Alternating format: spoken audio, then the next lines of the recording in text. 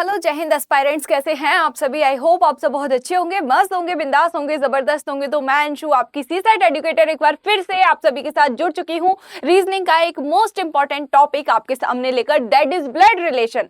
भाई रिलेशन क्या है? ब्लड रिलेटिव्स कौन होते हैं सभी जानते हो ना। रिश्तेदारी तो सब जानते हैं भाई, टॉक्सिक रिश्तेदार। तो रिश्तेदार यहाँ पर भी पीछा नहीं छोड़ रहे। भाई तुम कलेक्टर बनने के सपने देख रहे हो, रिश्तेदार बीच में आ रहे हैं कि नहीं भाई हम तो पेपर में भी टांग अड़ाएंगे अपनी। भाई देखो, ये रिश्तेदारी, जो रिश्तेदारी है ना, रिलेशनशिप है ना, बड़ी कॉम्प्लिकेटेड है। हम अपनी आउट ऑफ बॉक्स है ये अपने, है ना। तो इससे ना जितनी दूरी बना के रखो उतना बेहतर है। लेकिन जो डेस्टिनी है ना, वो चाहती नहीं है कि तुम रिश्तेदारों से दूरी बनाओ, वो चाहती है कि तुम इनको समझो, पढ़ो, है ना। तभी तुम्हें एग्जाम में क्या मिलेंगे? मार्क्स मिलेंगे। तो चलिए आ जाइए, without wasting any time, let's start today's session blood relation, जो कि आपके यूपीएससी एग्जाम के लिए काफी ज्यादा इंपॉर्टेंट होता है। क्यों? क्योंकि अच्छे खासे लेवल के क्वेश्चन जो है यहाँ से बनते हैं। तो शुरुआत हम बिल्कुल बेसिक से करेंगे। आप सभी जानते हैं कि हमारा जो सिनेरियो है पढ़ने का, वो क्या है? स्टार्टिंग हम बेसिक से करते हैं, देन हम पीवाईक्यूज पर जाते हैं, वहां हम अच्छे लेवल के क्वेश्चन करते हैं। ठीक है, तो आ जाइए। अगर मैं आपसे एक क्वेश्चन पूछूं कि जो एग्जाम में क्वेश्चन बनते हैं ब्लड रिलेशन से, क्या वो सिर्फ हमारे ब्लड रिलेटिव्स ही होते हैं या अदर भी कोई रिलेटिव्स होते हैं? तो आपका जवाब क्या आना चाहिए? भाई जो ब्लड रिलेशन के जो आपके रिलेटिव्स होते हैं, ब्लड रिलेशन टॉपिक में जो आपके रिलेटिव्स होते हैं, वो सिर्फ और सिर्फ ब्लड रिलेटिव्स नहीं होते। तो वो क्या क्या होते हैं भाई? वो हमारे दो टाइप के रिलेटिव्स होते हैं। एक ऐसे रिलेटिव्स होते हैं जो बाय बर्थ हमसे कनेक्टेड होते हैं, मतलब हमारे जन्म के साथ ही हमसे जुड़ जाते हैं। तो वो रिलेटिव्स क्या कहलाते हैं? हमारे ब्लड रिलेटिव्स। और दूसरे ऐसे रिलेटिव्स होते हैं हमारे जो हमसे शादी के बाद जुड़ते हैं। जो हमसे कब जुड़ते हैं भाई? शादी के बाद जुड़ते हैं, आफ्टर मैरिज या आफ्टर वेडिंग, आप इसको डिनोट कर सकते हैं। अब कौन कौन से ऐसे रिश्ते हैं जो जन्म के साथ जुड़ जाते हैं, कौन कौन से ऐसे रिश्ते हैं जो शादी के बाद जुड़ते हैं? शादी के नाम से देखो तो कैसा ब्लश कर रहे हो सबके सब। भाई ध्यान लगा लो पढ़ाई में।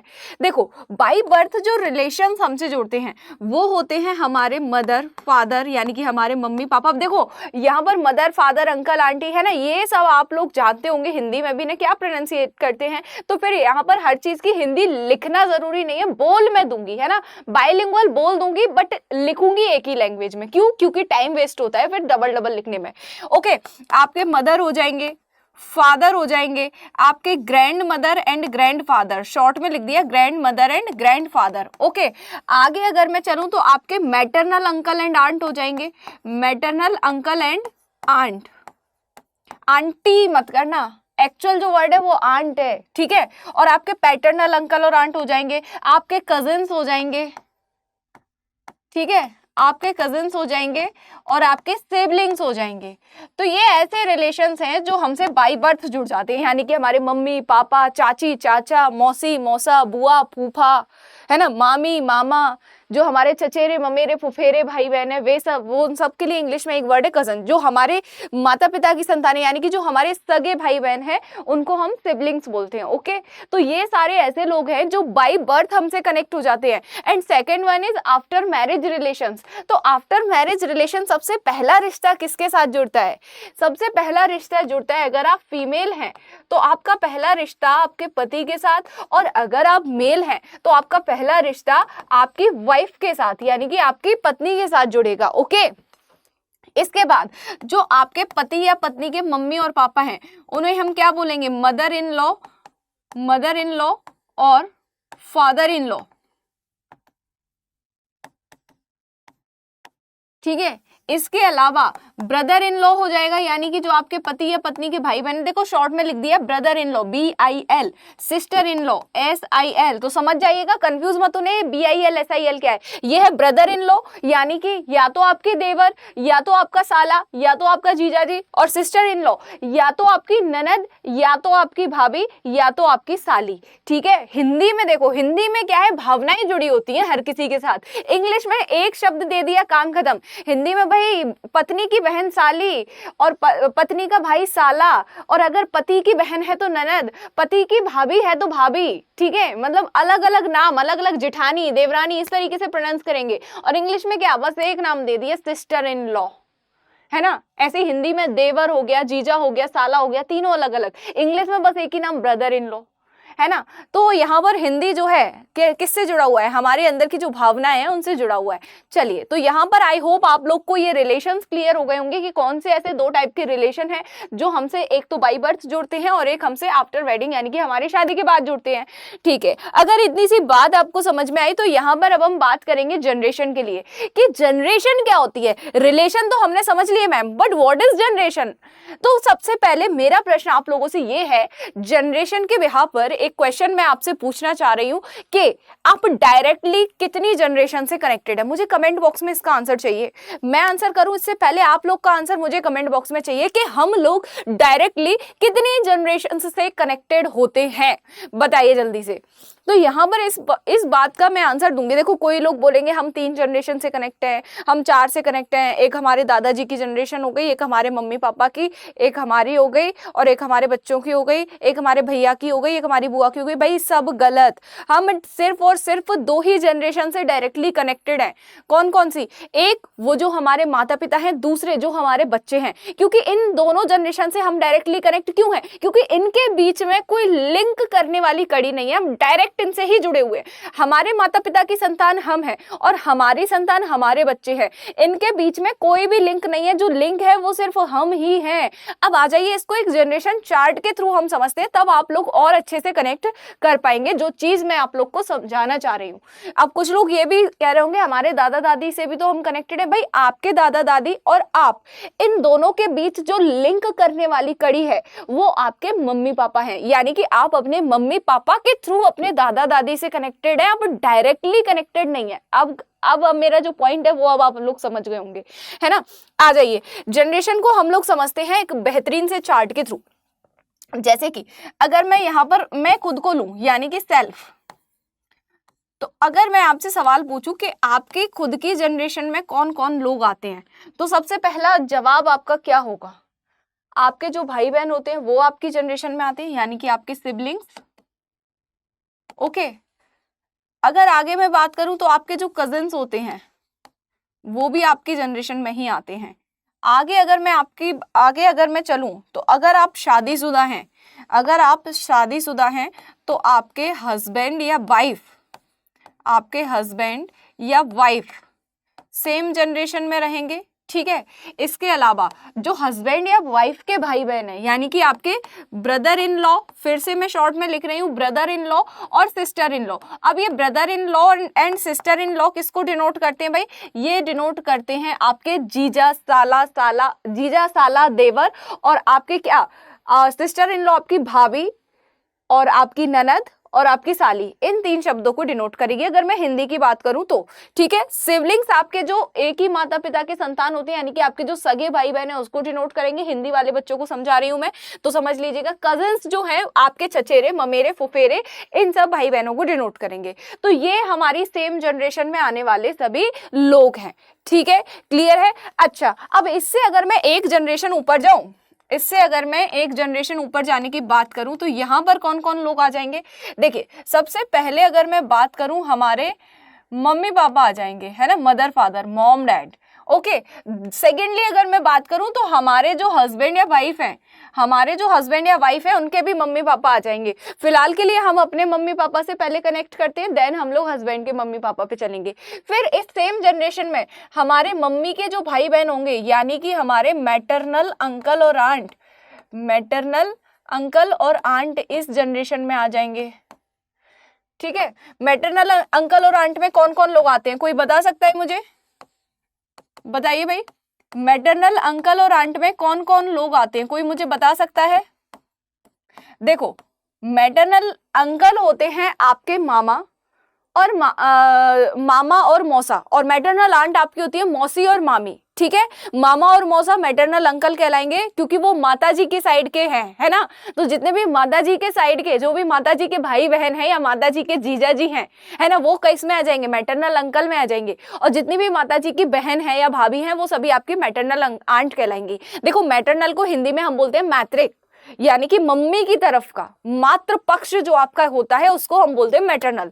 एंड सेकेंड वन, अगर हम अपने पापा की साइड में आएंगे तो पापा वाली जो साइड होती है उसको हम पैटर्नल साइड से डिनोट करते हैं, यानी कि पैटर्नल या तो पितृपक्ष हम कह सकते हैं। ठीक है, वो श्राद्ध वाले पितृपक्ष पे मत पहुंच जाना मैम, सितंबर में 15 दिन आते हैं वो पितृपक्ष वाले, वो नहीं, हमारे पापा जी की साइड है ना, पापा जी के साइड के जो रिलेटिव्स है, पैटर्नल साइड पितृपक्ष, ठीक है, उसको कहते हैं। तो यहां से कनेक्ट करेंगे, यहाँ पापा जी की साइड में जो पापा जी की सेम जनरेशन में आने वाले लोग हैं वो कौन कौन होंगे भाई, पापा के भाई बहन होंगे, यानी कि पैटर्नल अंकल और आंट। इसमें पापा जी के कजन भी आ सकते हैं, है ना, जैसे आपके कजन आ गए थे, और पापा जी के जो जीजे वेजे हैं, जो पापा जी के साले वाले हैं, जैसे कि आपकी मम्मी के भाई हो गए, वो सब आ जाएंगे यहाँ। तो इनके लिए एक ही शब्द आएगा हमारे पास, that is paternal uncle and aunt. Paternal uncle कौन कौन होते हैं? पैटर्नल अंकल आपके होते हैं चाचा, ताऊ, फूफा। अब देखो यहाँ पर मैं आपको एक बात क्लियर करना चाहती हूँ, आजकल जो एग्जाम का ट्रेंड चल रहा है ना, इसमें से ताऊ को कर दिया बाइकआउट, ताऊ को आउट ऑफ ट्रेंड कर दिया, ताऊ को बोल दिया तुम जाओ, अब तुम्हारी उम्र हो गई, अब तुम आराम करो, अब चाचा ने अपना काम करना दो, है ना। तो चाचा जी जो है बड़े ट्रेंड में है। पिताजी के भाई की जब भी बात होगी हमेशा आपको आंसर चाचा लगाना है, अब चाहे तो बड़ा भाई हो चाहे छोटा। आजकल ताऊ का जमाना नहीं रहा, ताऊ को एग्जाम में अब कुछ नहीं पूछते हैं, भाव नहीं देते हैं, ताऊ ने ज्यादा घमंड दिखाया, उनको निकाल के फेंक दिया एग्जाम में से बाहर। ठीक है, तो पिता के भाई की अगर बात हो तो मैं भी चाचा वर्ड से ही डिनोट करूंगी, क्योंकि आजकल ताऊ शब्द का इस्तेमाल कम किया जा रहा है एग्जाम्स में, या तो यूं कहें कि किया ही नहीं जा रहा है। ओके, तो आप लोग भी इस बात का ध्यान रखिएगा, कोई भी ये नहीं कहेगा कि पिता के भाई ताऊ जी भी होते हैं, मैंने आपको एक्सप्लेनेशन दे दिया है क्यों नहीं कहेगा। ओके, तो यहाँ पर पैटर्नल अंकल में आपके चाचा और फूफा आ जाएंगे, और पैटर्नल आंट में आपके चाची और बुआ आ जाएंगी। दूसरा, अगर मैं बात करूं हमारे हस्बैंड या वाइफ के जो मदर फादर होते हैं, यानी कि हमारे mother in law, mother in law को मैं शॉर्ट में लिख देती हूँ, मदर इन लॉ यानी कि सासू माँ, मदर इन लॉ, और कौन आ जाएंगे हमारे फादर इन लॉ यानी कि ससुर जी, MIL, mother in law, father in law. ठीक है, कोई किसी को भी कोई भी डाउट नहीं होना चाहिए, सभी डाउट क्लियर करते हुए चल रही हूँ। अच्छा, हमसे एक जनरेशन नीचे आने की अगर मैं बात करूं कि हमसे एक जनरेशन नीचे कौन आएगा, तो कौन आएगा बताइए भाई जल्दी से। जो भी हमारे बच्चे होंगे वो हमसे एक जनरेशन नीचे आएंगे। अब इनकी सेम जनरेशन में कौन कौन लोग आएंगे भाई, हमारे जो भाई बहन के बच्चे हैं, हमारे जो भाई बहन के बच्चे हैं, यानी कि हमारे नीस एंड नेफ्यू, हमारे जो नीस एंड नेफ्यू हैं, यानी कि हमारे भाई भतीजे एवं भतीजी, ये किस जनरेशन में आ जाएंगे, हमारे बच्चों की जनरेशन में आ जाएंगे। अब देखो नीस एंड नेफ्यू का भी बड़ा चक्कर है, इंग्लिश में सिर्फ एक ही वर्ड होता है नीस, किसके लिए, भतीजी के लिए और भांजी के लिए, और इंग्लिश में सिर्फ एक ही वर्ड होता है नेफ्यू, किस किस के लिए, भांजे के लिए और भतीजे के लिए। अब आप कहेंगे मैम ये भांजे और भतीजे में अंतर क्या है?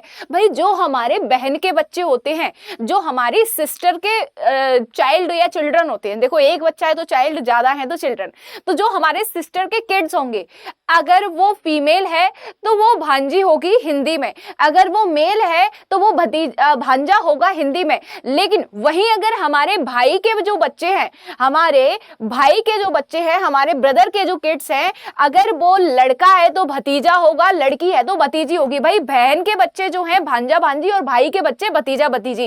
इंग्लिश में सिर्फ एक ही वर्ड है नीस एंड नेफ्यू। ओके, क्लियर है आप सभी को? चलिए, अगर क्लियर है तो अब मम्मी पापा की जनरेशन से भी थोड़ा सा ऊपर चलते हैं। मम्मी पापा की जनरेशन से ऊपर जाएंगे तो आपके कौन कौन लोग आ जाएंगे? एक तो आपके हो जाएंगे मैटरनल ग्रैंड पेरेंट्स, यानी कि आपके नानी नाना,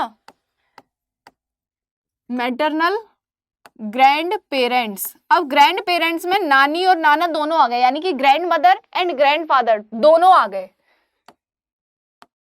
और दूसरी अपने पापा की साइड पे आएंगे तो वहां आ जाएंगे अपने paternal grand parents. Paternal grand parents में कौन कौन आ जाएगा? अपनी ग्रैंड मदर यानी कि अपनी प्यारी दादी माँ और अपने प्यारे दादाजी। ठीक है, grand mother and grand father, paternal grand parents. ठीक है, इसके अगर ऊपर जाना चाहो तो आपके ग्रेट ग्रैंड पेरेंट्स आ जाएंगे, ग्रेट ग्रैंड पेरेंट्स यानी कि आपके परदादा परदादी। और अगर मैटरनल साइड में जाएंगे तो मैटरनल ग्रैंड पेरेंट्स हो जाएंगे, यानी कि परनाना और परनानी हो जाएंगे। अच्छा, अपने बच्चों की जनरेशन से एक जनरेशन नीचे आए तो कौन आ जाएंगे? हमारे ग्रैंड चिल्ड्रंस हो जाएंगे। ठीक है, ग्रैंड चिल्ड्रंस, ग्रैंड चिल्ड्रन। देखो चिल्ड्रन के साथ ऐसा नहीं लगता, बहुत गलत हो जाएगा क्योंकि चिल्ड्रन ऑलरेडी क्या है, प्लूरल है। ठीक है, तो चलिए हिंदी का वो सॉरी इंग्लिश का टॉपिक यहीं पर क्लोज करते हैं, वापस से अपने रीजनिंग पर आते हैं। तो जो हमारे ग्रैंड चिल्ड्रन होते हैं वो किस जनरेशन में आ जाएंगे, हमारे बच्चों की जनरेशन से भी एक जनरेशन नीचे। अब इस जनरेशन में कौन कौन आएगा भाई, जो हमारे भतीजे भतीजों के बच्चे होंगे वो सब आ जाएंगे, यानी कि इनके जो भी सिबलिंग और कजन्स होंगे वो भी सेम जनरेशन में स्टैंड करेंगे।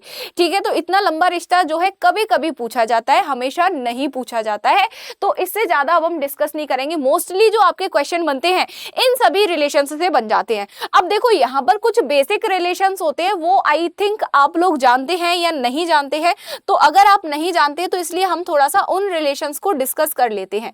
जैसे कि हमारे दादी दादाजी हैं, दादाजी और हमारी दादी जी हैं, यानी कि जो हमारे ग्रैंड पेरेंट्स हैं।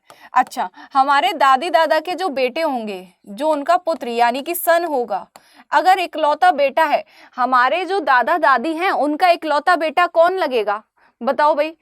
आपके दादाजी का इकलौता बेटा आपका कौन लगेगा, बताइए जल्दी से। आपके पापा लगेंगे, ऑब्वियस सी बात है। आपके दादाजी कौन होंगे, आपके पापा के पापा ही तो आपके दादाजी होते हैं। दादाजी कौन होते हैं, आपके पापा के पापा। तो यानी कि आपके दादाजी का जो इकलौता बेटा है, यानी कि सिर्फ एक ही बेटा है, इसके अलावा कोई और बेटा नहीं है। आपके दादाजी का इकलौता बेटा अगर बोल दिया जाए ना तो डेफिनेटली वो आपके पापा हैं।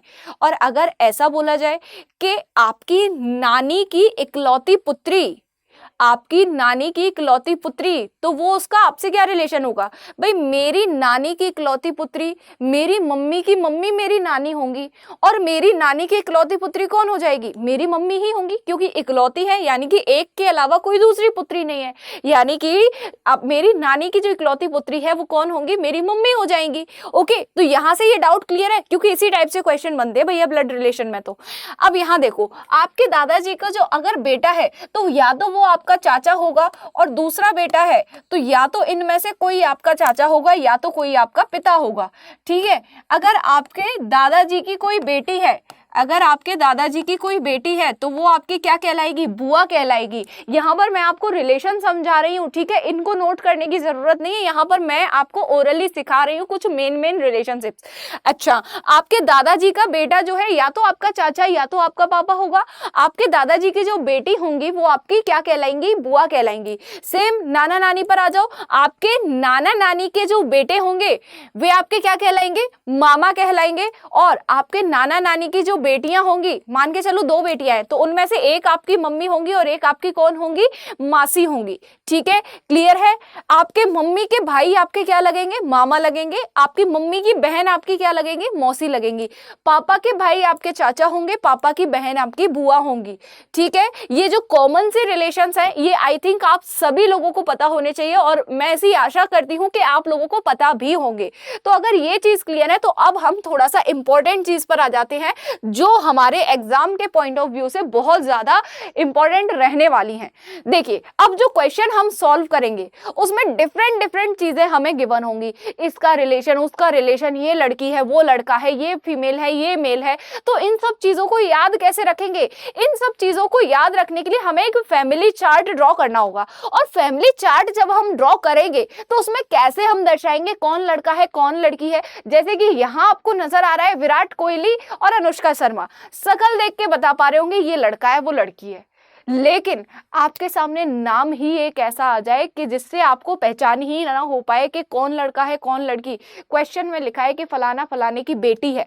अब आपने फैमिली चार्ट पूरा ड्रॉ कर दिया और उसको बेटी दर्शाना भूल गए, और उसका नाम भी कुछ ऐसा था कि जो बेटा और बेटी दोनों को डिनोट कर रहा था, और फिर आप भूल गए कि आप उसको डिनोट करना भूल गए कि यहाँ पर हमें बेटी दर्शाना था। फिर आप क्या करेंगे, दोबारा से क्वेश्चन पढ़ने जाएंगे। भाई ऐसी गलती मत करना, इसीलिए मैं यहाँ पर अब आपको कुछ इंडिकेशन यानी कि कुछ नोटेशंस बता रही हूं कि जब भी आपके पास क्वेश्चन आए कैसे आप वहां पर किन किन लोगों को डिनोट करेंगे। तो सबसे पहले हम बात कर रहे हैं यहां पर मेल एंड फीमेल की। सबसे पहले हम किसके बारे में, मेल एंड फीमेल के बारे में बता रहे हैं यहां पर कि अगर जेंडर को डिफाइन करना है किसी भी क्वेश्चन में तो किस तरीके से करेंगे।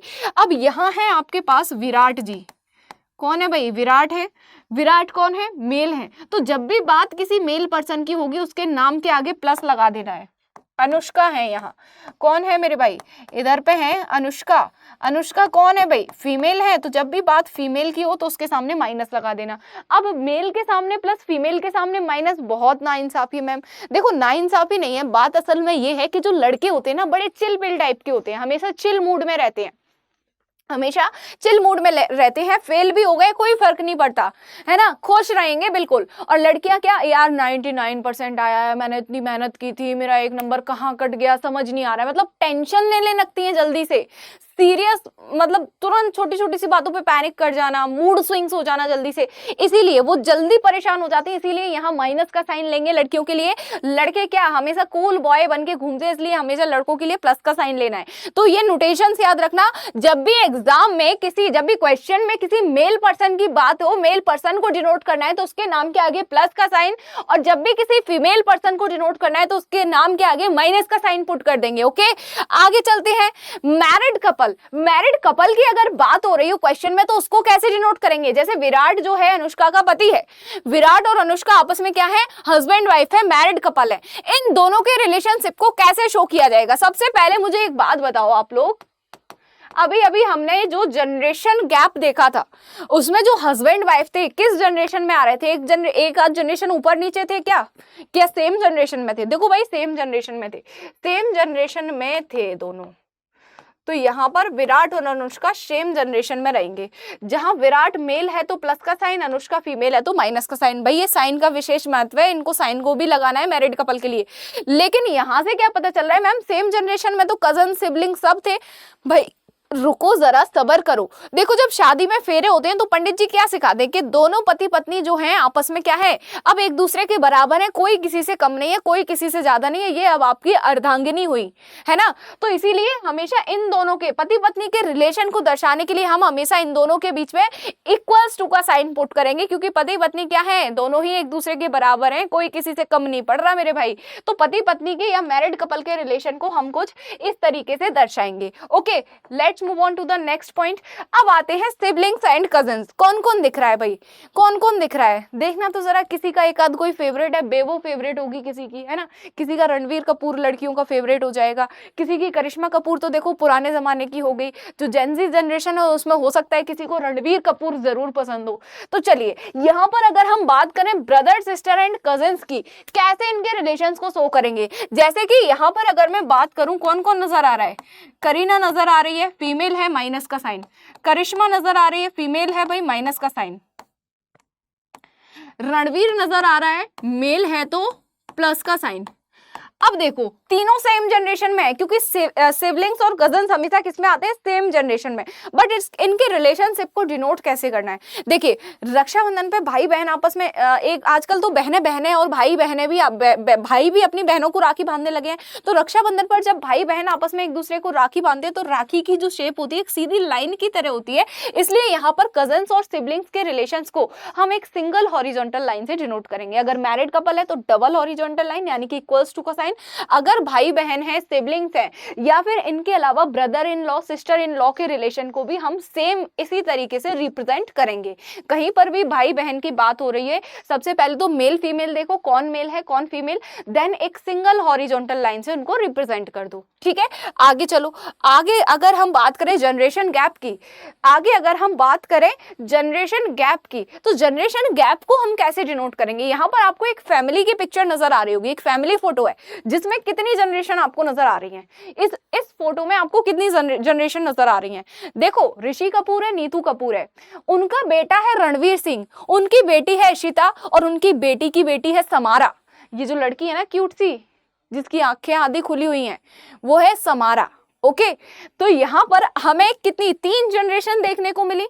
अब इस जनरेशन को हम कैसे डिनोट करेंगे, आ जाइए समझते हैं। अगर मैं यहाँ पर लिखूं रणवीर, सब लोग कहेंगे मैम हिंदी में लिखे जा रहे हो, इंग्लिश में भी लिख दो, तो रणवीर इज अ मेल, तो सबसे पहले हम क्या माइनस का साइन पुट कर देंगे। देन रणवीर के जो मम्मी पापा हैं नीतू और ऋषि, वो क्या है, इनसे एक जनरेशन ऊपर है, तो रणवीर की जो माताश्री हैं वो इनसे एक जनरेशन ऊपर आ जाएंगी। अब माता है तो फीमेल है तो माइनस का साइन, और इनके जो हस्बैंड है वो कौन है भाई, ऋषि कपूर, तो ऋषि कपूर भी इनसे एक जनरेशन ऊपर ही रहेंगे रणवीर सिंह से, क्योंकि क्यों ऊपर रहेंगे, क्योंकि वो इनके पिता हैं। तो इस तरीके से माता पिता जो है हमसे एक जनरेशन ऊपर दिखाए जाएंगे। सेकंड अगर मैं बात करूं सिस्टर की, तो इशिता, भाई जो भी नाम हो, मेरे को नाम नहीं पता इसकी सिस्टर का, इशिता नाम मैंने मान लिया, सॉरी यहाँ पर सिस्टर है तो फीमेल जाएगा, फीमेल वाला साइन जाएगा माइनस का। तो इशिता के लिए मैंने माइनस का साइन पुट कर दिया। गूगल पे सर्च कर लेना जो भी नाम हो, आई थिंक मुझे याद नहीं है प्रॉपर्ली इशिता है या कुछ और है, बट यहाँ इस क्यूट सी लड़की का नाम याद है, समारा है। तो इशिता की बेटी जो है इससे एक जनरेशन नीचे आएगी। हमारे जो बच्चे होते हैं हमसे कहाँ होते हैं, एक जनरेशन नीचे होते हैं, तो इशिता की बेटी जो है समारा, वो कहाँ जाएगी, इनसे एक जनरेशन नीचे। तो इस तरीके से कुछ आप जनरेशन गैप को डिनोट करोगे। अगर कोई हमसे एक जनरेशन ऊपर है तो उसको एक पॉइंट, एक वर्टिकल लाइन का गैप रखेंगे। अगर कोई हमसे 2 जनरेशन ऊपर है, जैसे अगर मैं बात करूं शमारा और ऋषि की, 2 जनरेशन गैप आ गए, यानी कि ऋषि और इशिता में एक जनरेशन का गैप, इशिता और समारा में एक जनरेशन का गैप, तो समारा और ऋषि में क्या हो जाएगा, 2 जनरेशन का गैप हो जाएगा। अच्छा, अब यहां पर ये सिर्फ एक डायग्राम बनाए, ये सिर्फ एक डायग्राम बनाए। इसके बिहाफ पर मान के चलो आपको नॉलेज नहीं है, मैंने अभी ये बताया कि ये इसकी बेटी है, उसकी बेटी है, सब कुछ भूल जाओ, मान के चलो आपके पास कुछ भी नहीं है, सिर्फ एक ये डायग्राम है, और मैं यहाँ पर आपसे पूछती हूँ कि how is Neetu related to Samara, यानी कि जो नीतू है वो समारा की क्या लगती है, नीतू और समारा के बीच क्या संबंध है, तो आप क्या आंसर करेंगे। यहां से कुछ समझ में आ रहा है, देखो बिल्कुल समझ में आ रहा होगा। समारा और इशिता दोनों फीमेल हैं, इशिता समारा से एक जनरेशन ऊपर है, यानी कि हो ना हो ये इसकी माँ होगी। इशिता से एक जनरेशन ऊपर ऋषि है, और ऋषि क्या है, मेल है, तो ये इशिता का पिता होगा, है ना। तो मेरी माँ के पापा, अपने आप को अगर किसी का भी रिलेशन पूछा जाए ना, आपको कुछ समझ नहीं आ रहा, अपने आप को रख देना, अपने आप से कंसीडर करना, मेरी मम्मी के जो पापा है मेरे कौन लगेंगे, नाना जी लगेंगे। मेरे नाना जी की जो पत्नी है वो मेरी कौन लगेंगी, वो मेरी नानी जी लगेंगी, है ना। तो यहाँ से समारा और नीतू का रिलेशन हम डिफाइन कर पाएंगे कि जो समारा है वो नीतू की कौन है, ग्रैंड डॉटर, या फिर अगर मैं पूछूं नीतू समारा की कौन है तो क्या कहलाएगी, ग्रैंड मदर, यानी कि नानी माँ। तो इस तरीके से आपको करेक्ट करके रिलेशनशिप चार्ट जो है आपका बनाना है। आगे अगर मैं बात करूं टाइप्स ऑफ क्वेश्चन की, अब आते हैं मेन पॉइंट पर कि मैम एग्जाम में क्वेश्चन कैसे कैसे बनते हैं। तो क्वेश्चन आपके बनते हैं, first one is family puzzle, यानी कि पजल टाइप में क्वेश्चन आपसे पूछे जाएंगे, ठीक है। सेकंड आपके होंगे पॉइंटिंग फॉर्म, या फिर जिनको हम कह सकते हैं conversation based question. Conversation based question, इसमें क्या होता है भाई, इशारे किए जाते हैं। इशारे कैसे किए जाते हैं, आप कहेंगे क्वेश्चन में सारे कैसे, क्वेश्चन में सारे ऐसे इशारे ऐसे किए जाते हैं, pointing towards a man, a female said, या फिर आ वुमन सैड, ठीक है। यानी कि एक आदमी की तरफ इशारा करते हुए एक महिला ने कहा, वह आदमी जो है वो मेरे ससुर के बेटे के नाती का पिता है, ठीक है। इस टाइप के जो क्वेश्चन होंगे वो आपके पॉइंटिंग फॉर्म वाले कहलाएंगे। And the last one and the most trending, coded form. इसमें क्या होगा, 2 व्यक्तियों के बीच जो रिलेशन है कोड में डिनोट किया जाएगा। जैसे ए प्लस बी का अर्थ है ए बी का पिता है, यानी कि A is the father of B. A star B का अर्थ है A is the mother of B, यानी कि ए जो है बी की माँ है। तो इस बिहाफ पर आपको 3-4 इसी तरीके से पॉइंट्स दे दिए जाएंगे, ए minus B, A percent B, A dollar B, इनमें सारे रिलेशन दे दिए जाएंगे। उन रिलेशन के बिहाफ पर आपको एक स्टेटमेंट दे दिया जाएगा और बता देंगे इनका रिलेशन निकाल के बताओ, ठीक है। आगे चलेंगे, क्वेश्चन देखेंगे तब और अच्छे से समझ आएगा। अब आगे चलते हैं, आगे की बात करते हैं। अब यहाँ पर एक बहुत इंपॉर्टेंट कॉन्सेप्ट मैं आपको समझाने वाली हूँ, इसके बाद हम लोग मूव कर जाएंगे तुरंत क्वेश्चंस पर। इंपॉर्टेंट क्वेश्चन क्या है, एंड हु कॉन्सेप्ट, यानी कि और, एंड का मतलब और, हिंदी में आएगा और हु का मतलब जो। अब यहाँ जो पॉइंट्स लिखे हैं इनको मैं एक बार हिंदी में भी लिख देती हूँ, हिंदी वाले बच्चों के लिए। यहाँ कह रहा है ए जो है बी का पिता है, ए जो है वो बी का पिता है, और सी का पति है, और सी का पति है। भाई आप लोगों के लिए क्वेश्चन है मेरा कि इन दोनों स्टेटमेंट्स को देखो और मुझे ये बताओ क्या ये दोनों स्टेटमेंट सेम है या फिर इनमें कुछ अलग अलग है। ये दोनों स्टेटमेंट का जो मीनिंग है, जो अर्थ है, क्या वो सेम है या अलग अलग है। कमेंट बॉक्स में आंसर करना सभी। ए जो है बी का, A is the father of B, A जो है बी का पिता है,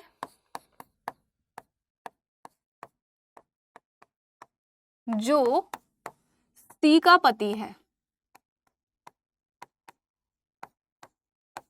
अब मुझे ये बताओ, क्या इन दोनों स्टेटमेंट में आपको कुछ अंतर नजर आ रहा है या ये दोनों स्टेटमेंट सेम है? यही आपका कॉन्सेप्ट है और ये बहुत इंपॉर्टेंट चीज़ है जो मैं आपको बताने जा रही हूँ। अपनी कॉपी पे डबल स्टार लगा के नोट कर लेना, क्योंकि ये सिर्फ इस टॉपिक की बात नहीं है, ये आपके आगे भी कई सारे टॉपिक्स में काम आने वाला है ये कॉन्सेप्ट। अब देखो, अगर आप लोग कहते हैं कि ये दोनों स्टेटमेंट सेम है तो मुझे अब इसका डायग्राम बना के दिखाओ, जो मैंने आप लोगों को तरीका बताया डायग्राम बनाने का उनके थ्रू। क्या कह रहा है? ए बी का पिता है, यानी कि A is the father, father है तो मेल, किसका फादर है भाई? बी का, तो बी से एक जनरेशन ऊपर जाएगा। और सी का पति है, यानी कि ए जो है बी का तो पिता है और किसका पति है भाई? सी का पति है, सी का पति है, यानी कि सी जो है ए की पत्नी हो गई। ठीक है, आगे कह रहा है ए बी का पिता है, अगेन वही बात, A is the father of B. आगे क्या है? आगे कह रहा है जो सी का पति है, ए बी का पापा है जो सी का पति है, यानी कि यहाँ जो शब्द आया है ना, ये जो हु वर्ड आया है ना, ये बी के लिए आया है मेरे प्यारे बच्चों। ये जो हु वर्ड है ये बी के लिए आया है, कि यानी कि यहाँ कहने का मतलब है कि बी जो है वो सी का पति है। तो दोनों सेंटेंस में, दोनों स्टेटमेंट्स में कितना अंतर है भाई? पति ही बदल गया, तो इसको एक ही मत मान लेना, बहुत जमीन आसमान का अंतर है। अब मेरी बात को ध्यान से सुनो, यहां पर ये फर्स्ट पर्सन है, बी सेकंड पर्सन है, सी थर्ड पर्सन है। सेम यहाँ A first, B second and C third person. तो जब भी और आएगा ये हमेशा थर्ड पर्सन और फर्स्ट पर्सन के बीच के रिलेशन को दिखाएगा। और हमेशा किसके रिलेशन को दिखाता है? लिख लीजिए, एंड जो होता है, या फिर हिंदी में लिख लीजिए और, हमेशा फर्स्ट और थर्ड पर्सन के रिलेशन को दिखाता है, फर्स्ट और थर्ड पर्सन के रिलेशन को शो करता है, या फर्स्ट या थर्ड पर्सन के रिलेशन को रिप्रेजेंट करता है। और जहां पर हु आता है तो ये हमेशा सेकंड और थर्ड पर्सन के रिलेशन को शो करता है, सेकंड और थर्ड पर्सन के रिलेशन को शो करता है। ओके,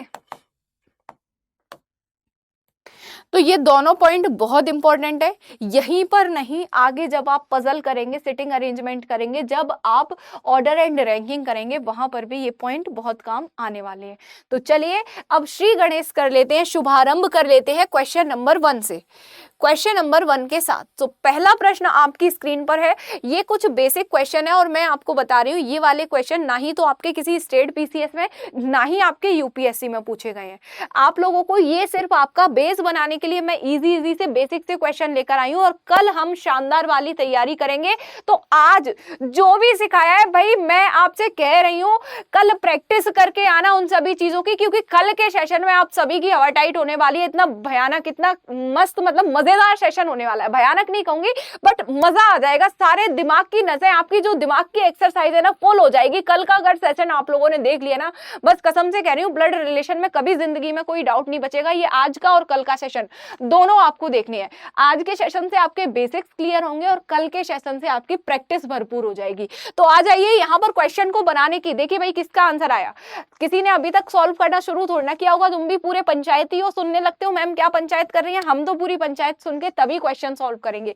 आ जाओ भाई, क्या कह रहा है? बी तथा क्यू भाई हैं। अब जब भी इस तरीके से बोला जाए ना, B and Q are brothers, इसका मतलब बी और क्यू दोनों भाई भाई हैं। अगर बोल दें B and Q are sisters, तो इसका मतलब है B and Q both are sisters, यानी कि दोनों बहनें बहनें हैं। तो यहाँ पर बी भी भाई होगा आपका और क्यू भी भाई होगा। भाई बहन या फिर भाई भाई या फिर जो आपके चचेरे ममेरे भाई बहन होते हैं, कजिन्स, उन सभी को सिंगल हॉरिजॉन्टल लाइन से रिप्रेजेंट करते हैं। तो ऐसे दोनों का रिलेशन रिप्रेजेंट किया जाएगा। कह रहे क्यू जो है एल का पुत्र है। किसका पुत्र है भाई? एल का, यानी कि एल जो है क्यू से एक जनरेशन ऊपर जाएगा।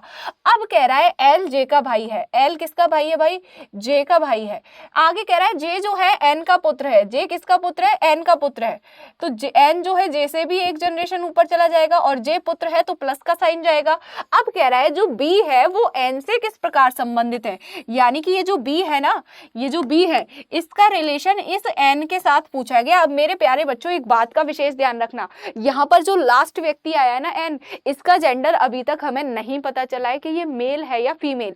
और हमसे पूछ क्या लिया कि बी एन से किस प्रकार संबंधित संबंधित है, यानी कि how is B related to N. तो जब लास्ट में ये पॉइंट आपको देखे ना, हाउ इज फलाना रिलेटेड टू फलाना, इसका मतलब पहला जो व्यक्ति है और ये दूसरा व्यक्ति है, पहला बी दूसरा एन, हमेशा पहला व्यक्ति दूसरे से पूछेगा क्या, हम आपके हैं कौन, है ना। मूवी देखी है सलमान की और माधुरी की, देखी होगी भाई, तुम लोगों को मैं रग रग से वाकिफ हूं, तुमने एक मूवी नहीं छोड़ी ऐसी जो तुमने देखी ना हो। तो यहाँ पर फर्स्ट पर्सन सेकंड से क्या पूछेगा, भाई बताओ जल्दी से हम आपके हैं कौन, यानी कि बी एन से पूछ रहा है बताओ हम आपके हैं कौन। एन क्या बोलेगा, तुम मेरे बेटे के भाई के बेटे के भाई हो। तुम अब अपने आप से कनेक्ट करना, खुद को रखो, आपके बेटे का भाई कौन लगेगा, आपका बेटा लगेगा, और आपके बेटे के बेटे का भाई आपका क्या लगेगा, आपके बेटे के बेटे का भाई, यानी कि वो भी आपका बेटा होगा। इसका मतलब क्या हुआ, आपके बेटे का बेटा, आपके बेटे का बेटा आपका क्या लगेगा, जल्दी से बताओ, आपका पोता लगेगा, हाँ या ना। अब इसको सिंपल भाषा में समझो, ये तो मैंने आपको रीजनिंग की भाषा में समझा दिया। एन का बेटा, एन का बेटा एल था, एल का बेटा बी था, तो बी के पापा या तो ये मम्मी है या तो ये पापा हैं, क्योंकि हमसे एन का रिश्ता नहीं पूछा। अगर ये पूछ लेता कि एन जो है how is N related to B, तो हम यहाँ उत्तर देते कैन नॉट बी डिटरमाइन, क्योंकि हमें एन का जेंडर नहीं पता, एन दादी है कि दादा है। लेकिन यहाँ बी के बारे में पूछा गया है कि how is B related to N, तो हमें पता है बी मेल है और एन के बेटे का बेटा है, तो हमारे बेटे का बेटा हमारा क्या कहलाएगा, हमारा पोता कहलाएगा, हाँ या ना। तो चलिए इसी के साथ ऑप्शन नंबर डी इसका राइट आंसर होगा और आगे बढ़ जाइएगा अगले प्रश्न पर, क्वेश्चन नंबर 2। क्वेश्चन नंबर 2 का आंसर करेंगे। क्या बोला गया है, ए बी का भाई है, A is the brother of B. आगे कह रहा है सी जो है वो बी की बहन है, C is the sister of B. कह रहा है डी जो है वो बी का पिता है, D is the father of B. आगे कह रहा है ई जो है डी की पत्नी है, E is the wife of D. E कौन है, वाइफ है, तो हस्बैंड वाइफ के रिलेशन को किससे शो करते हैं, इक्वल्स टू के साइन से, जहां वाइफ आपकी माइनस से डिनोट होगी और जो आपका हस्बैंड है वो प्लस से।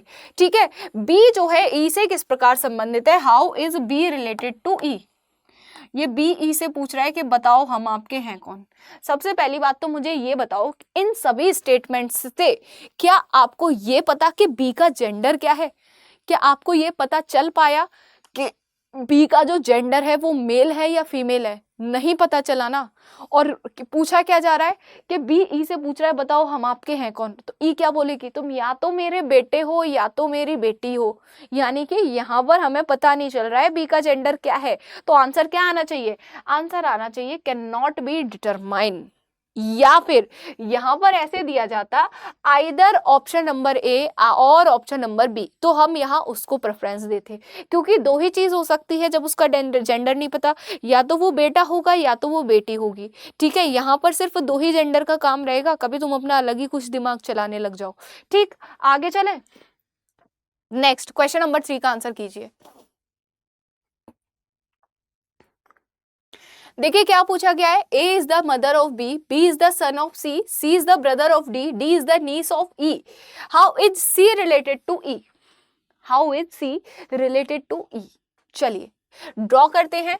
ए किसकी मदर है भाई, ए जो है वो बी की माता है, तो बी की माता ए है, तो ए से ए जो है बी से एक जनरेशन ऊपर रहेगी। ए माता है तो फीमेल है, ए का जेंडर पता चला, अभी बी का नहीं पता चला।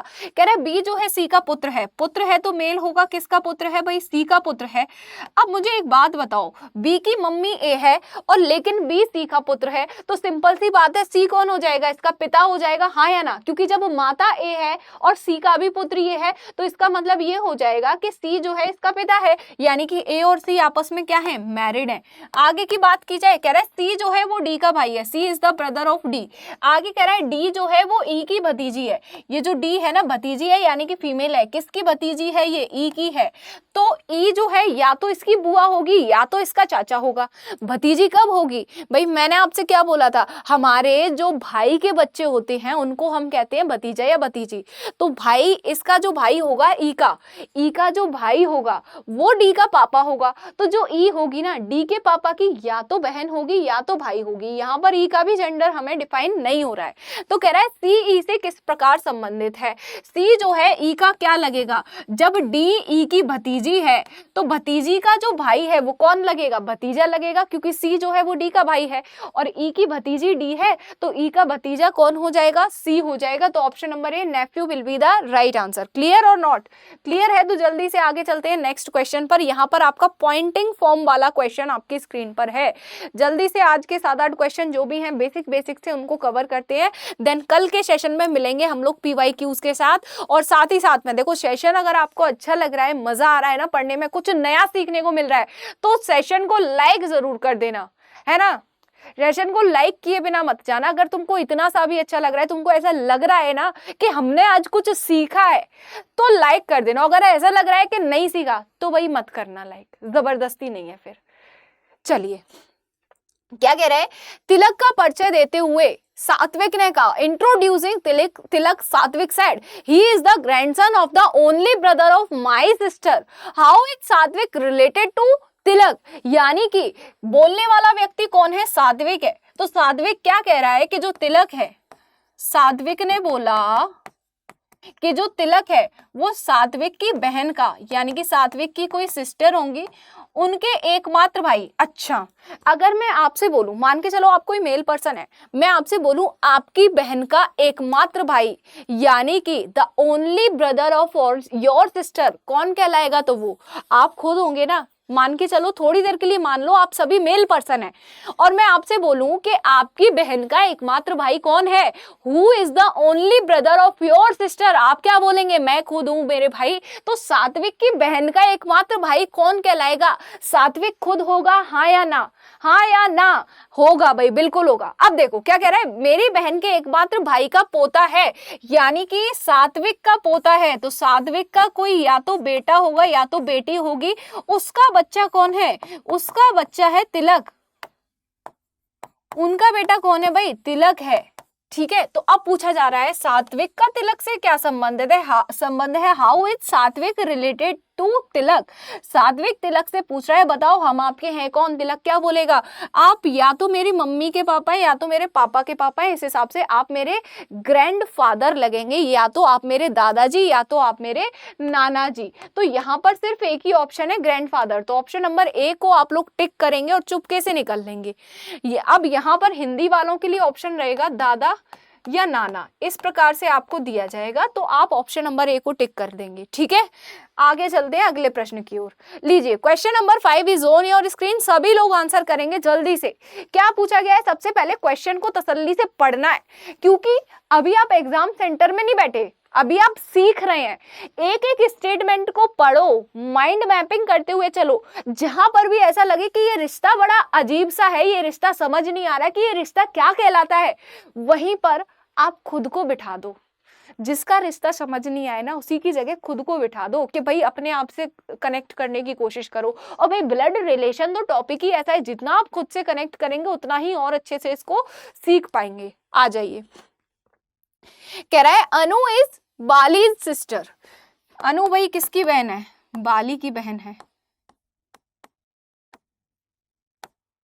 आगे कह रहा है कोमल जो है वो बाली की माँ है। कोमल अगर बाली की माँ है तो बाली से एक जनरेशन ऊपर होगी, माँ है तो फीमेल।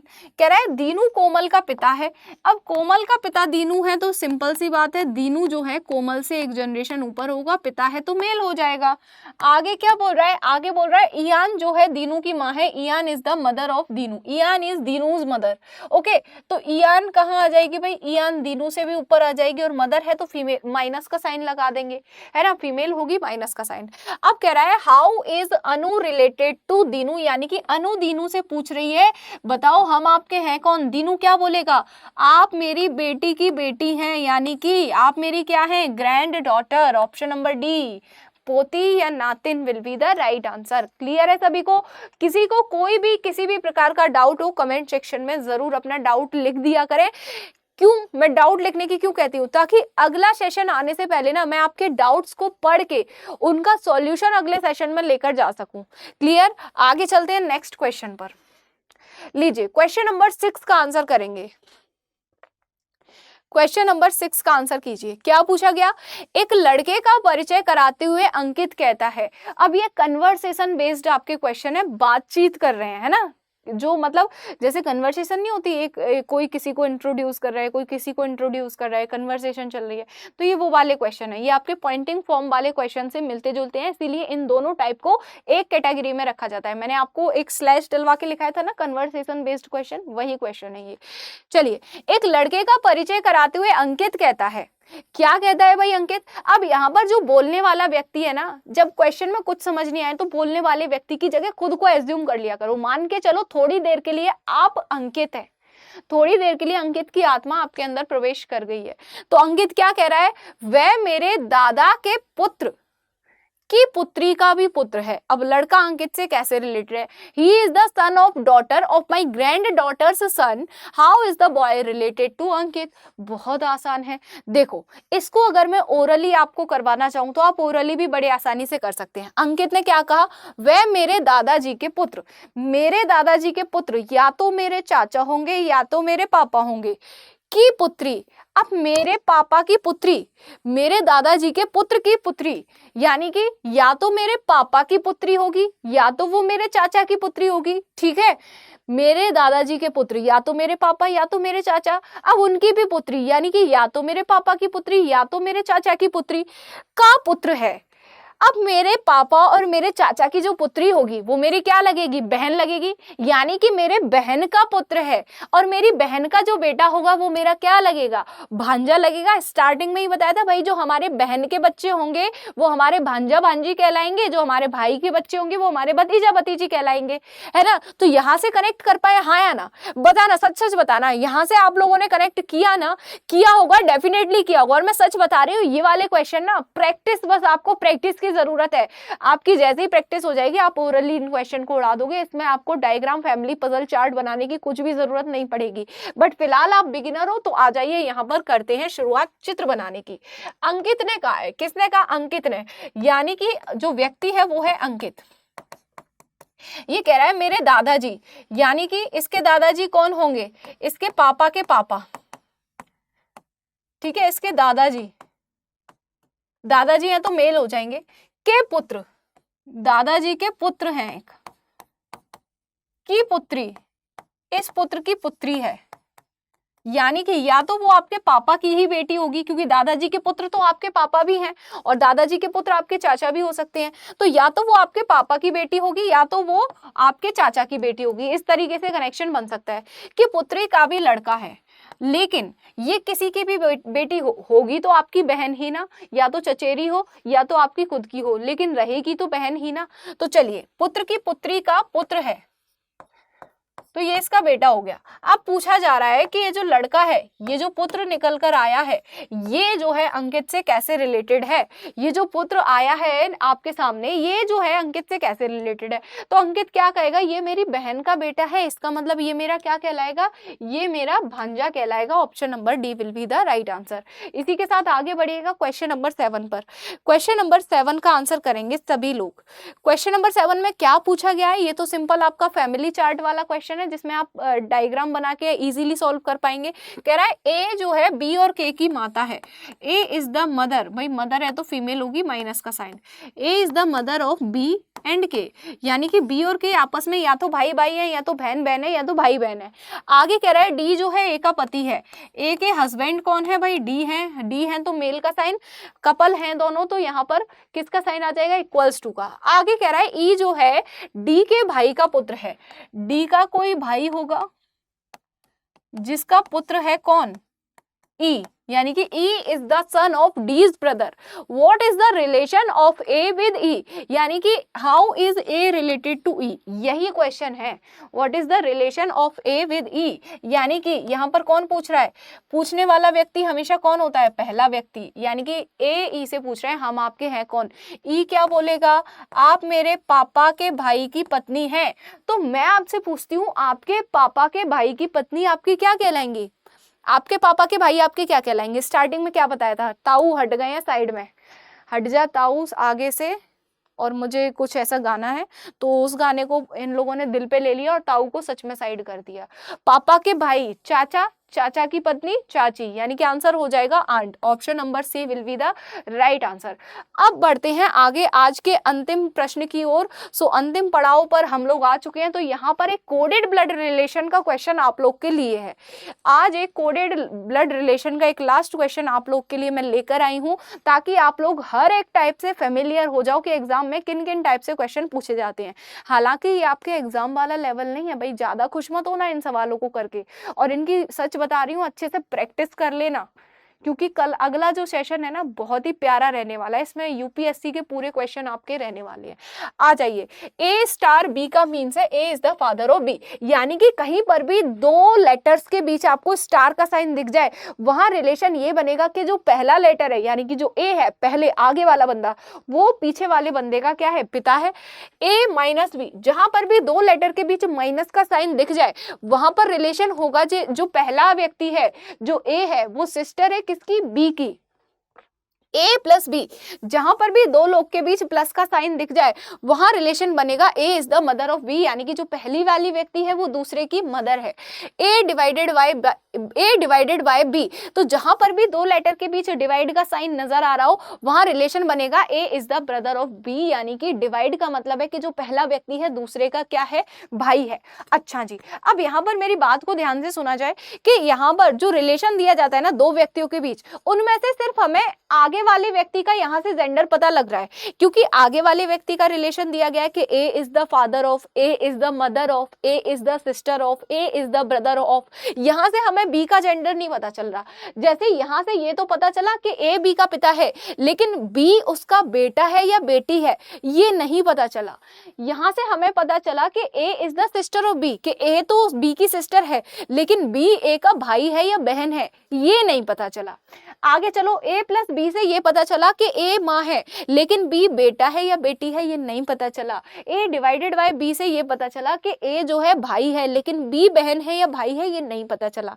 दोनों लोगों का रिलेशन कब पता चलेगा, जब यहाँ पर हमको पति पत्नी का रिलेशन दिया जाएगा। किसी, अभी तो ये एक ही क्वेश्चन है भाई, ऐसे बहुत सारे क्वेश्चन होंगे जिसमें रिलेशन भी बदलेंगे, साइन भी बदलेंगे। और यहाँ जैसे यहाँ पर पहले वाले व्यक्ति का रिलेशन गिवन है, किसी किसी में पीछे वाले व्यक्ति का रिलेशन। जैसे ए स्टार बी का मीनिंग आपको दे दिया जाएगा कि B is the father of A, यानी कि बी ए का पिता है। तो इन सभी चीजों को आपको ध्यान में रखना है। जब भी मैं कोई भी सवाल, कोई भी तरीके का सवाल लेके जाती हूँ तो उसके हर एक पॉसिबिलिटी आप लोगों को बताते हुए चलती हूँ कि ऐसा भी हो सकता है, आगे ये भी खतरा आ सकता है, ताकि आप उस आने वाले खतरे से पहले ही क्या हो जाएं, पहले ही परिचित हो जाएं और आपके मन का डर खत्म हो जाए। ठीक है, चलिए तो आ जाइए इसको सॉल्व करते हैं अब। ठीक है, तो दोनों लोगों का जेंडर कब पता चलेगा, जब आपको पति या पत्नी का रिलेशन गिवन हो। जैसे A% B आपको दे दिया जाए और लिख दिया जाए A B का पति है, तो यहाँ पर A पति है ये तो आपको पता है। तो जब A B का पति है तो डेफिनेट सी बात है B तो पत्नी होगी, यानी कि B फीमेल होगी। तो सिर्फ यही एक कंडीशन ऐसी है जहां दोनों का जेंडर पता चलेगा, बाकी सब में सिर्फ और सिर्फ एक ही जेंडर आप बता पाएंगे। आगे चलिए, अब यहाँ पर इन स्टेटमेंट्स के बिहाफ पर एक आपको इक्वेशन दी गई है, एक एक्सप्रेशन दिया गया है जिसे आपको सॉल्व करना है और सॉल्व करके बताना है कि how is M related to P, यानी कि एम का पी के साथ क्या रिलेशन है। एम बी से पूछ रहा है एम के पी बताओ हम आपके हैं कौन। तो यहाँ पर इसको सॉल्व करते हैं। सबसे पहले यहाँ क्या है, P plus Q star M divided by N. एक एक इक्वेशन उठाते जाओ, एक एक इक्वेशन उठाते जाओ, सॉल्व करते जाओ। P प्लस क्यू, जहां पर भी प्लस हो क्या रिलेशन बनेगा, A is the mother of B, यानी कि P जो है Q की मदर है। आगे है Q स्टार M, स्टार का क्या अर्थ था कि A is the father of B, यानी कि Q जो है वो M का पिता है। आगे कह रहा है m डिवाइडेड बाय n, तो m डिवाइडेड बाय n यानी कि a डिवाइडेड बाय b से कनेक्ट करो। कह रहा है a is the brother of b, यानी कि m is the brother of n, तो m क्या हो जाएगा, ब्रदर हो जाएगा n का। अब सबके जेंडर पता चल गए, क्योंकि n के बाद में कोई साइन नहीं था, n लास्ट था, तो यहाँ से n का जेंडर पता नहीं लग पाया। और पूछा क्या गया है, how is m related to p, यानी कि m और p का रिलेशन है। m p से पूछ रहा है बताओ हम आपके हैं कौन, p क्या बोलेगा, आप मेरे बेटे बेटे के बेटे हो, इसका मतलब आप मेरे क्या हो जाएंगे, ग्रैंड सन हो जाएंगे। क्या हो जाएंगे मेरे प्यारे साथियों, ग्रैंड सन हो जाएंगे। तो देखिए भाई, आज के सेशन को हम यहीं तक रखते हैं। ये आज का आपका अंतिम प्रश्न था। होप करती हूँ, ऐसी आशा करती हूँ कि आप लोगों को आज का सेशन बहुत ही बेहतरीन लगा होगा, बहुत ही मजा आया होगा, बहुत सारी चीजें सीखने और समझने को मिली होंगी। कुछ चीजें बहुत ज्यादा नई होंगी आपके लिए, तो कुछ चीजों से आप लोग पहले से ही परिचित होंगे। तो अगर वीडियो आपके लिए हेल्पफुल है, सेशन पसंद आया है, तो प्लीज सेशन को शेयर करना ना भूलें, साथ ही साथ वीडियो को लाइक करना ना भूलें और कमेंट बॉक्स में अपना रिव्यू जरूर देके जाएं, ताकि हम लोगों के बीच एक फैमिली कनेक्शन बने। आपने देखा होगा भाई, जिसका जो भी डाउट होता है, मैं थोड़ी देर बाद बेशक रिप्लाई करूं, बट रिप्लाई सबका करती हूं। तो आप लोगों की रेस्पॉन्सिबिलिटी बनती है, सेशन में अगर कोई भी डाउट है, किसी भी तरह की कोई भी दिक्कत समस्या परेशानी है, तो कमेंट करें। सेशन अगर पसंद आया है तो थोड़ा सा अपनी मैम को अप्रिशिएट करें, बड़ी बहन मान के, है ना, सोच के चलो मैं आपकी बड़ी बहन हूं और आपके लिए कुछ, जैसे आपकी बड़ी बहन घर में कुछ पकाती है ना, वैसे ही मैं आप लोगों के लिए ये सब चीजें पका के लाई हूं, ताकि आप अपनी मंजिल पर पहुंच सको, है ना। तो इतना फर्ज तो आपका भी आपकी बड़ी बहन के प्रति बनता है कि आप कमेंट सेक्शन में 2-4 तारीफ के शब्द लिख जाएं, है ना, जिसे पढ़ के दिल खुश हो जाए। तो चलिए फिर मिलते हैं नेक्स्ट सेशन में PYQs के साथ। तब तक के लिए हंसते रहिए, मुस्कुराते रहिए, गुनगुनाते रहिए। जय हिंद, जय भारत, लव यू ऑल।